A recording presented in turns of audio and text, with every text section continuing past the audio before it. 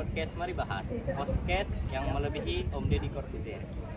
Perkenalkan, nama saya Fikran Azima sebagai host 1 dan Muhammad Sabrianovic sebagai host 2. Kali ini kami kedatangan tamu nih dari Universitas UIN Araniri jurusan Filsafat Islam dan Politeknik Negeri Lok Sumawe jurusan Teknik Kimia.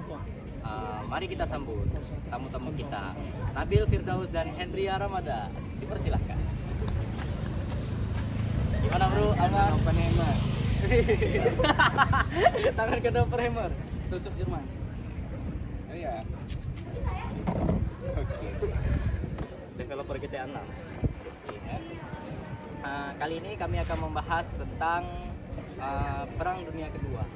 Nah, Perang Dunia Kedua sendiri dimulai pada tahun 1939 sampai 1945 nih. Perang tersebut terdapat dua blok nih. Blok Sekutu yang diisi oleh Amerika Serikat, Uni Soviet dan Inggris, dan blok Poros yang diisi oleh Italia, Jerman, dan Jepang. Awal terjadinya Perang Dunia Kedua nih adalah penyerangan Jerman ke Polandia. Nah, pertanyaannya nih, menurut Nabil Firdaus, kenapa sih hal tersebut bisa terjadi? Ya, Perang Dunia Kedua itu ya dimulai dengan Jerman menyerang Polandia. Itu didasari dengan kekecewaan Hitler terhadap kerajaan Prusia pada saat itu yang kalah Perang Dunia I, di mana mereka harus membayar kerugian perang ke negara-negara lain, bahkan di negara sendiri. Jadi Jerman itu jadi susah lah secara ekonomi. Padahal mereka di Perang Dunia I salah satu kerajaan kuat. Nah, dan juga ada ideologi bangsa Arya, ras juga di situ juga ada Hitler itu sendiri kan. Jadi Hitler merombak Jerman itu semua, dari dia berhasil menjadi pemimpin partai Nazi pada saat itu dan berhasil menjadi pemimpin Jerman pada saat itu. Jadi dia merombak semua mulai dari ekonomi, militer, pengetahuan agar Jerman bisa bangkit kembali untuk bisa menjadi yang terkuat kembali. Nah, penyerangan itu dimulai dengan dia nyerang ke Polandia karena negara dekat sampingan sama dia dan lemah pada saat itu. Dia langsung diserang Polandia. Nah, hal itu menyebabkan negara-negara Inggris, negara Perancis pada saat itu marah karena mereka sudah membuat perjanjian dengan Polandia bahwa Polandia akan dilindungi oleh negara Inggris dan Perancis. Jadi otomatis atas perjanjian itu mereka ikut secara langsung melawan Jerman untuk membantu Polandia sebelum Jerman mengekspansi ke arah Eropa. Dan juga itu juga membatalkan perjanjian Versailles dibuat oleh negara-negara pemenang Perang Dunia I pada saat itu agar Jerman tidak menyerang negara lain dan harus membayar kerugian akibat perang. Oke lah, kita tahu ya kalau Nazi ini pernah menyerang Uni Soviet kan. Mungkin bisa dikasih tahu kenapa Uni Soviet itu bisa ikut ke Perang Dunia. Oke, penyerangan awalnya Jerman sama Uni Soviet itu menandatangani fakta non-agresi. Fakta non-agresi itu fakta perjanjian bahwa Jerman tidak akan menyerang Uni Soviet. Karena Uni Soviet tahu Jerman sedang berperang dengan negara-negara barat, Prancis, Inggris pada saat itu ya. Tapi di saat Jerman menyerang Eropa itu tiba-tiba secara tidak langsung dan secara langsung Jerman juga menyerang mengekspansi ke arah Uni Soviet pada saat itu. Itulah kenapa Uni Soviet bisa join. Karena Jerman membatalkan perjanjian yang seharusnya mereka tidak saling menyerang. Tapi nggak ada angin, nggak ada hujan, diserang. Uni Soviet terkejut dan merasa harus membela diri Uni Soviet di situ. Makanya Uni Soviet mulai memobilisasi pasukannya untuk melindungi negaranya sendiri. Itu awal mula Uni Soviet bergabung atas perang Jerman dan Eropa. Sebagai penutup nih, kita sama-sama tahu blok Poros salah satunya itu Jepang ya tiba-tiba menyerang Amerika Serikat. Nah, apa sih alasan dari Jepang itu sendiri menyerang Pearl Harbor, pangkalan Amerika? Menarik. Mungkin ada 3 nilai sejarah yang harus kita ungkap dan saya membaginya dari 3 faktor. Yang pertama untuk kuasa atas Asia. Jadi pada saat itu Jepang ingin berkuasa di Asia hingga ke Indonesia. Yang kedua itu faktor embargo, karena ada pangkalan Amerika di Pearl Harbor. Mereka ingin mengotak-atik menguruskan logistiknya, menghancurkan logistik dari Amerika Serikat. Akhir itu merancang deterrence. Itu saja. Jadi mengapa? Jadi kan karena seperti yang dibilang sama Henry, Jepang ingin menguasai Asia Pasifik itu musuh kita ya. Jadi Pearl Harbor tuh mau nggak mau harus diserang karena Pearl Harbor tuh menjadi kontrol bentengnya Amerika di kawasan Asia Pasifik gitu, di situ militernya gitu kan. Jadi karena seperti yang dibilang tadi ingin mengontrol Asia Pasifik ya, karena Jepang juga dia yang bantu oleh Amerika. Jepang memerlukan efek deterrence agar Amerika takut dan negara-negara sekitarnya itu takut untuk menyerang balik Jepang, ya, harus tunduk. Nah itulah awal mula, karena alasan itu Jepang menyerang Pearl Harbor. Oh iya nih, aku lupa nih pertanyaan yang betul-betul ini terakhir nih. Kenapa sih Perang Dunia Kedua itu bisa berakhir? Oke, Perang Dunia itu berakhir ditandai dengan kekalahan Jepang di Asia Pasifik, kekalahan Italia di kawasan Afrika dan Timur Tengah, dan kekalahan Jerman di Eropa. Nah itu dimulai dengan kekalahan Jerman di Eropa dulu. Di saat seperti tadi Jerman menyerang Uni Soviet, bisa pertempuran Stalingrad ya. Nah pada saat itu cuaca di Uni Soviet dilanda musim dingin yang sangat ekstrim, dan pihak Jerman itu tidak siap untuk cuaca sedingin itu, se ekstrim itu. Jadi mereka dari segi logistik melemah, dari segi militer melemah karena terkendala faktor cuaca gitu kan. Uni Soviet ya itu rumah mereka. Jadi Uni Soviet sudah lebih menguasai Medan pada saat itu, sudah memprediksi bahwa akan ada terjadi musim dingin. Nah karena faktor itu, kekalahan militernya di musim dingin itu, terus logistiknya terputus semuanya, Uni Soviet ya tinggal nyerang balik aja, karena tentara-tentara mereka sudah mulai melemah. Nah di situ dipush balik langsung ke arah Berlin, karena tentara mereka banyak sekali waktu itu pada saat penyerangan Uni Soviet, tapi mereka lemah semua. Tuh, jadi setelah Uni Soviet berhasil memobilisasi pasukan dia untuk ke front line paling depan gitu ya, garis perang paling depan, dia langsung menyerang, memukul mundur Jerman sampai ke Berlin. Di saat itu juga di barat sendiri, di Eropa Barat, saya lupa pertempuran Ipan apa gitu namanya. Di situ juga Jerman mengalami kekalahan. Jadi udah jatuh ketipa tanggal gitu bahasanya. Mereka kalah di dua front mereka sendiri, di-push, di Eropa juga nge-push rupanya. Dan Uni Soviet pada saat itu udah nyampe ke Berlin. Gitu. Jadi otomatis Jerman langsung kalah di situ karena ibu kotanya sudah diserang, sudah nyampe ke ibu kota pusat pemerintahan mereka. Di Eropa juga menyusul ke arah Berlin dan sama-sama menyerang Berlin. Dan di Italia, kematian Mussolini, yaitu pemimpin diktator fasisnya Italia, meninggal dieksekusi oleh warganya sendiri karena tidak puas ya dengan pemerintahan dia, kalah perang, merugikan masyarakat gitu kan. Di Jepang juga setelah hukum Amerika Serikat dalam proyek Manhattan yang mengeluarkan yang ngebom Hiroshima dan Nagasaki juga. Jadi semuanya itu kalah perang karena penyerangan ke negaranya, ekonomi gitu, mereka keroyok negara-negara. Dan perang dunia itu pun akhirnya selesai setelah kekalahan 3 negara blok poros. Mungkin nih ada pertanyaan nih dari kawan-kawan kita. Kan ada terjadi serangan balik nih dari Amerika ke Jepang, yaitu serangan bom atom. Mungkin bisa dijelasin lagi apa dampak dari ledakan bom atom itu? Ini juga reaksi, juga salah satunya reaksi dari bom atom pada manusia. Mengapa dan bagaimana reaksi? Mungkin sedikit kita tadi cerita. Jadi senjata nuklir itu ada dua. Yang pertama itu bom atom itu sendiri. Yang kedua itu bom hidrogen. Bom hidrogen ini lebih kuat, 1000 kali lebih kuat daripada bom atom itu sendiri. Jadi mereka bom ini sama-sama memanfaatkan inti atom sebagai energi untuk ledakan besar. Cuman yang bedanya itu mungkin reaksi fisi dan fusi. Satu bom atom memakai reaksi fisi dan bom hidrogen memakai reaksi fusi.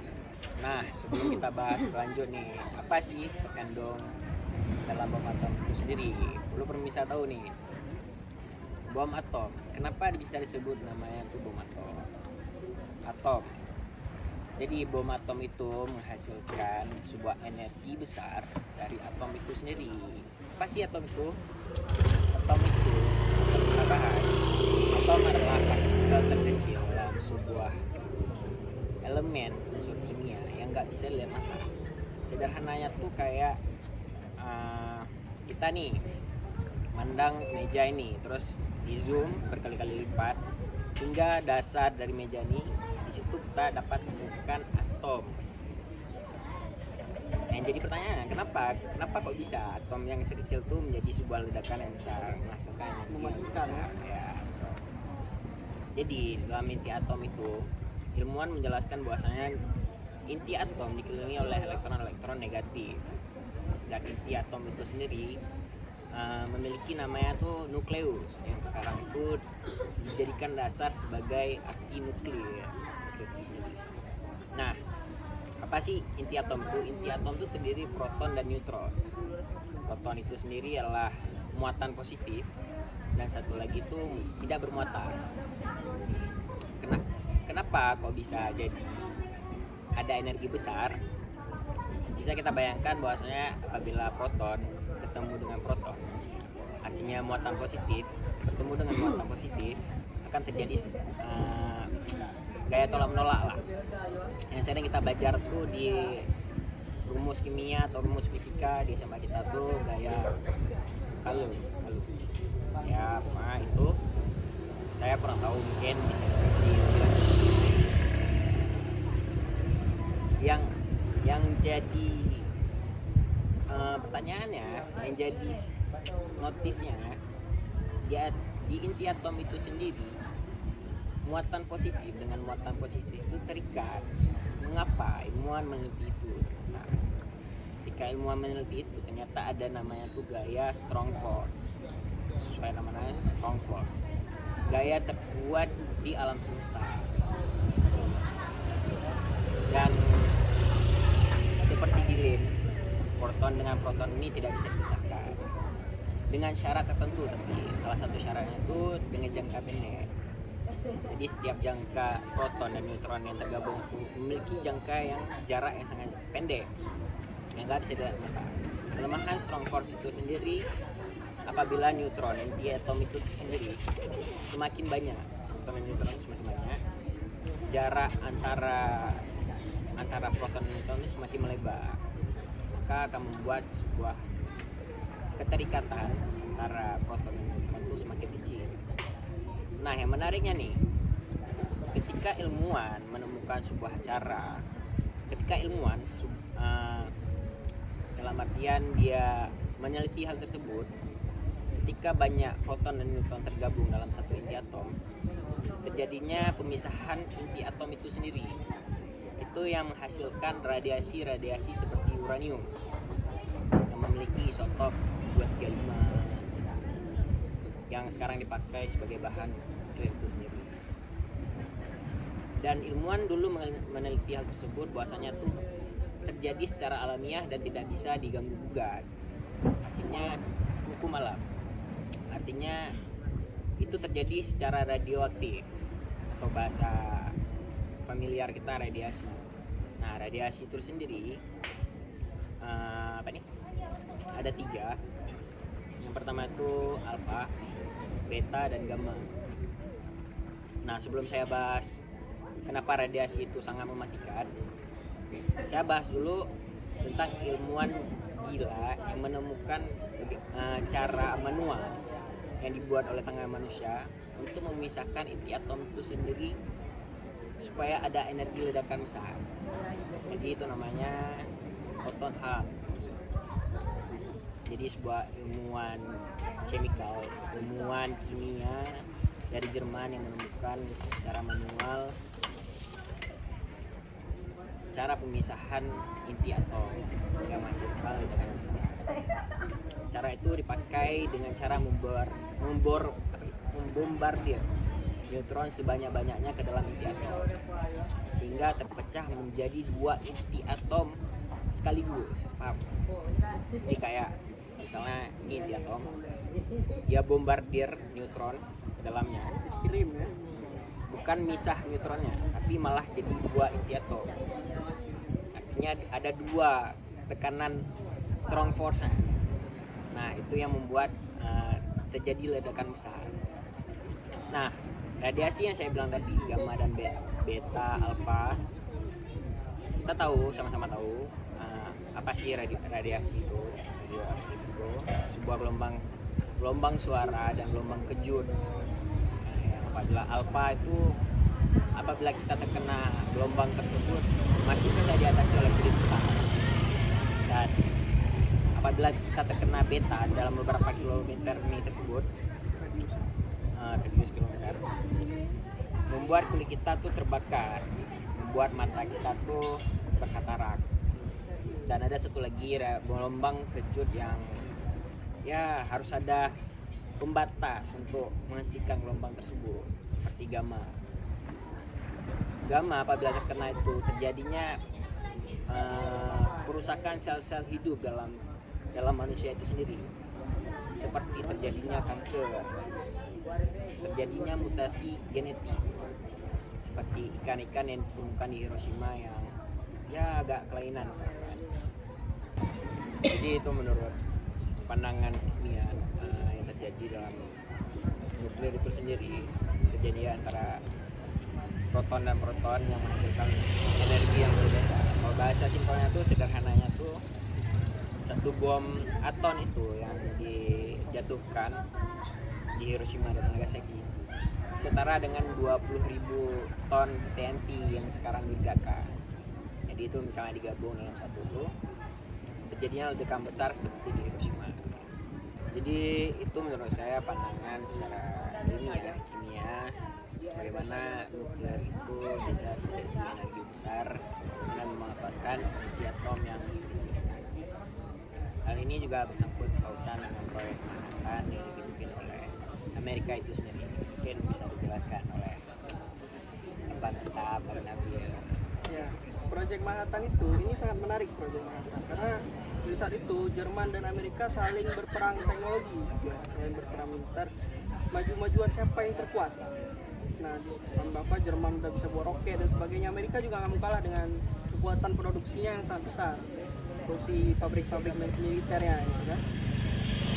Nah, di situ Amerika memikirkan sebuah senjata yang efektif untuk mengalahkan Jepang pada saat itu, sudah nyusahin juga gitu perangnya kan. Nah, di situ dimulailah proyek Manhattan yang awal itu Presiden Amerika tuh pada masa itu nama Harry S. Truman. Proyek ini dipimpin oleh sebuah ilmuwan cerdas Amerika, juga ahli nuklir, ahli atom, yang bernama Oppenheimer. Ya mungkin sudah biasa kita dengar ya, karena ada filmnya apalagi itu Oppenheimer kan. Nah, Oppenheimer sendiri menjadi kepala proyek Manhattan ini, proyek Manhattan. Nah, proyek Manhattan ini sendiri menghasilkan sebuah bom yang akan meledakkan Hiroshima dan Nagasaki, itu bom nuklir. Fatman sama Little Boy, Fatman dan Little Boy, yang melahirkan 2 bom atom yang akan menyerang Jepang. Nah, sebelum kan kita berpikir tuh kenapa harus Hiroshima dan Nagasaki gitu kan? Iya. Nah itu sebenarnya ada banyak pilihan tuh di saat Harry S. Truman dan pejabat-pejabatnya bertemu dengan Oppenheimer gitu kan, untuk memilih kota-kota mana aja nih yang akan kita bom di Jepang. Nah, awalnya ada wacana untuk membom Tokyo, tapi karena ada ya sedikit rasa kemanusiaan lah, walaupun di perang itu kan nggak ada sebenarnya itu ya. sedikit rasa kemanusiaan, Tokyo itu terlalu indah gitu kan, karena mereka pernah mengunjungi Tokyo dan sebagainya. Oh, selain Tokyo deh, tapi yang penting juga bagi Jepang, yaitu pilihannya jatuh kepada Hiroshima dan Nagasaki. Dan di situ ada pabrik-pabrik penting Jepang gitu ya, pekerja-pekerja penting Jepang di situ yang mensupport perang Jepang pada waktu itu. Nah, karena mereka sudah memilih itu, dimulailah riset untuk pengeboman Jepang. Tercipta 2 bom, dan setelah tercipta 2 bom dengan segala pengujian ledakannya yang berhasil, kemudian efeknya yang berhasil, dan mereka puas. Efeknya sangat keren nih, sangat mematikan. Nah, setelah itu selesai semua pengujiannya, mulai dibom lah Jepang dengan pengeboman Hiroshima dan Nagasaki. Dan hal itu menyebabkan Jepang kalah dan mereka terkejut karena Amerika kok bisa sekuat ini gitu kan. Mereka langsung hancur secara ekonomi, pabrik-pabrik mereka hancur gitu. Dan Jepang mulai menyerah di Perang Dunia II. Fun fact-nya, ketika ledakan terjadi ternyata suhunya 7.000 derajat Celcius Ya, dan ada salah satu seorang komentar, kalau saya salah ingat namanya Shelva, ketika ledakan terjadi itu hingga bayangannya pun tertinggal. ya. Foto radioaktif gitu. Jadi begitulah penyebab kekalahan Jepang karena proyek Manhattan dan ledakan nuklir Hiroshima dan Nagasaki. Aduh, setelah kita bahas panjang lebar nih mengenai tentang awal dan akhir Perang Dunia Kedua, terciptanya senjata pemusnah massal yaitu senjata nuklir, kita sama-sama menyadari bahwa peperangan ini amat banyak memakan korban jiwa di kedua belah pihak. Sungguh disayangkan. Oke, baik, mungkin itu saja ya untuk hari ini. Terima kasih buat kawan-kawan narasumber kita yang telah hadir hari ini di podcast Mari Bahas. Mungkin itu saja ya, saya mohon maaf. Oke, baik. Saya mohon maaf apabila ada kesalahan kata. Saya akhiri. Assalamualaikum warahmatullahi wabarakatuh. Sampai jumpa di podcast selanjutnya. Podcast melebihi Om Deddy Komzer.